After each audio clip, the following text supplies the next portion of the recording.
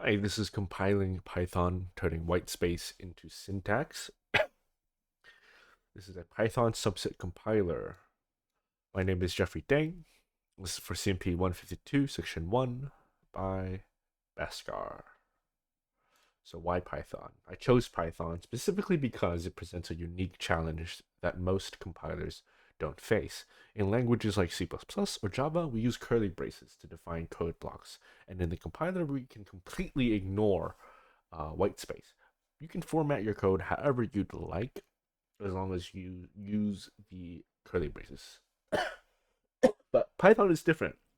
In Python, the indentation is the syntax. When you press the tab key, you're not just making your code look pretty, you're telling the compiler where the scope, the definition scope of your if statements, your while statements, your else statements, whatever, means. And our lexer needs to be able to generate indent and dedent tokens based on the amount of white space available or in the language. So I chose Python because it reads like pseudocode. In fact, Python was explicitly designed to be close to pseudocode as possible. You can see the side-by-side comparison that the Python is a great language for programmers. Why? And it's because the Python code and pseudocode are pretty much, in the same.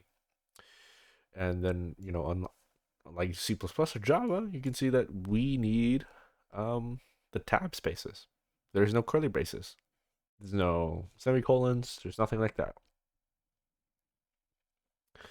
So, a tab or a definition of a scope is either one tab, which is equal to four spaces, or five. And this is where a lot of argumentation comes in, where you have coders arguing whether someone should be hitting spacebar or tab. The reason why, but they argue, is because you cannot mix and match that. If you have a tab plus a space, that's a syntax error because that's not the right amount of spaces. So this is a complete Python pipeline that takes the Python source code and then it generates the x86 assembly code that you can actually assemble and run, hopefully. But currently, our code only supports a limited amount of statements, such as variables, arithmetic, comparisons, logical operators, if else, elif, chains, and while loops. But it doesn't handle anything like functions and classes. The parser will build an abstract syntax tree using a context-free grammar. Then we perform data flow analysis to build a symbol table and detect optimizations. Finally, in the code generator, we generate the assembly code. So this is a Python compiler written in Python. This is the lexical analysis overview. This is the first phase of the compiler. It takes the raw source code and breaks it down into tokens. Python has the unique challenge in that white space is in the code. It defines the scope and the grammar. So the indentations are part of the code. Our lexer also has to be able to keep track of the indentation levels. So say you do an if statement, nested in an if statement, nested in another if statement. Our lexer has to be able to figure out how many indent and dedent tokens to generate. So here's an example of what the lexer does. It takes the lines of Python code, then our lexer parses through it. And as you can see here, this 5 lines of code generates 28 tokens for this entire code. So each token has a type, a value, and then the line and column number where it's parsed from. That last part is for debugging, so it's for the programmer or the person debugging this. Doesn't really matter for the type or value. It's mostly for error correction. So type and value are valuable pairs of information. As you can see, we have here on line 11 the indent type and the value 4. Same thing goes for here. Value is 4. That tells you how many spaces, how many white space there is. And then the dedent tokens. This is another specific type. 0. That's how many spaces there are. And that's, going to tell the lexer or the code generators, or actually the parser, because we need to go back. We need to, make end the if statements.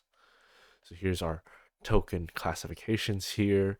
We've got our keywords, identifiers, operators, literals, punctuation, and special. So classify tokens such that when we get to the parser, we will be able to know what to expect next. So say right now it's currently hard coded to the point where if you have an equal sign, a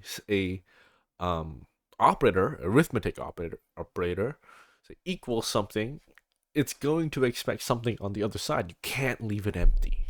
Same with if. If you have an if statement, there needs to be something beside it, like a parenthesis or, a variable, an assignment, some sort of comparator. And it needs the colons. If you don't have the colons, you don't have an if statement. So, maintain a stack that tracks indentation levels. We start with 0 indentation when we encounter a new line. Then, when we count the leading spaces or tabs, if the indentation increases, we push indent token onto the stack, and then we generate an indent token. If it decreases, we pop the stack until we match the current level, generating more dedent tokens. This is a simple algorithm using a list or a queue. We're using regex for this, just to understand the limitations of the language. So say any identifier, A, Z, underscore, and then the next letter can be anything really. But it cannot start with a number. As we can see here, identifiers on the top portion here show we can start with S0, have any letter, but we can't have numbers. That's an error in Python. And then this is for any if or else statements. We just check the specific I and F or ELIF. It's a very lengthy process and it's not very fit for DFAs.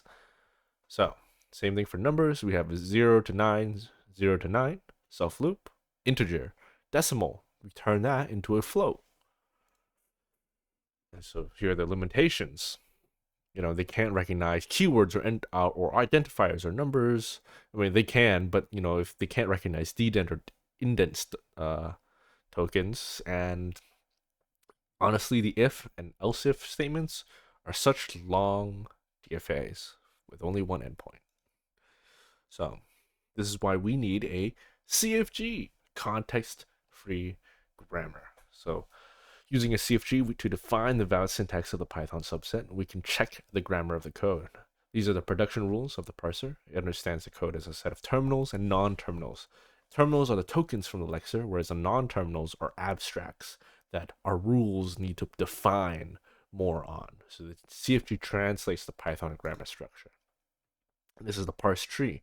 The simple parse tree, you have x equals 5 plus 3. The parser builds this parse tree that shows the syntactic structure. The root is an assignment, because that's what the statement is, and then we have x equals the expression, which is going to be 5 plus 3. These are both expressions, so it generates 10 lines, basically. But we could do better. We can use an AST, an abstract syntax tree. So, the parse tree before contained a lot of information, but we don't need all that detail, especially for code generation. We just need to tell the code generator what to do next. So we have something more simple. We have the assignment, which is the equals, and we have the x equals binary operator, which is going to be on the left side, on the right side, in the middle. 5 plus 3. So we just cut out. We just made it shorter.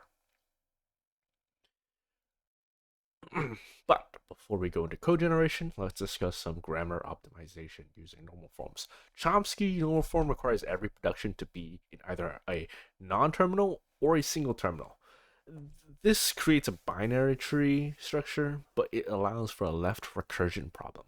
It could possibly self-recall itself over and over on the left side for an infinite loop, and that will be incredibly wasteful and inefficient, which is why we're going to use a GNF, Greibach normal form, which solves the left recursion problem. So we have our expression calling expression, but then you have expression is either number E, and then this goes here. So that will stop the left side from continuously calling itself. This also, the whole GNF will always be one token. The CNF can be any number of tokens. Here's our symbol table. This is an important data structure to keep track of every variable in the program. For every variable, we record its name, type, scope, level, and memory location, where it's first defined, and where it was last used. We are going to use this for memory management. See how we put in X into is a global variable. It lives in the global scope, RBP -8. That's where it first defined. This is where it's last used. But then we have some local variables in our if statements. These are ones you can pop later to save space. And then we have unused integers. This is never used. This warns the user that we could take this out and that will optimize the code. The data flow analysis helps us understand how data moves through the program. Definition use chain connects each place where a variable is used or defined to every place where it is used.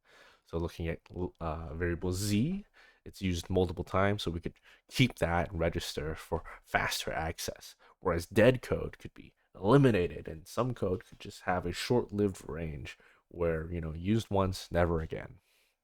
So def use chains are very useful for optimizing code. So finally, we're in our code generation. We take the abstract syntax tree and the symbol table, and then we generate x86 or assembly code. So the Python code example here defines 3 variables and it prints 1. I would like to show you how it all looks in assembly in this PowerPoint, but as you can see, it generated 70 assembly lines. That's a pretty big number to put onto a image, so we're not going to do that. So instead, a quick rundown is you have the Python source code. It goes into the parser, defines where everything lives inside the memory, and then it uses the registers, very specifically the RAX accumulator, base pointer, stack pointer, DIRSI, and then XYZ are all stored in RBP. So this is how it looks like inside. It's always minus, of course, because you're decrementing from the stack. The stack always goes downward. Each variable gets 8 bytes since we're on an x64-bit architecture, since that's a modern computer. And variables are always accessed using negative offsets from the base pointer. So here's an example where the source code here is 5 lines of code. Then it gets to the Elixir.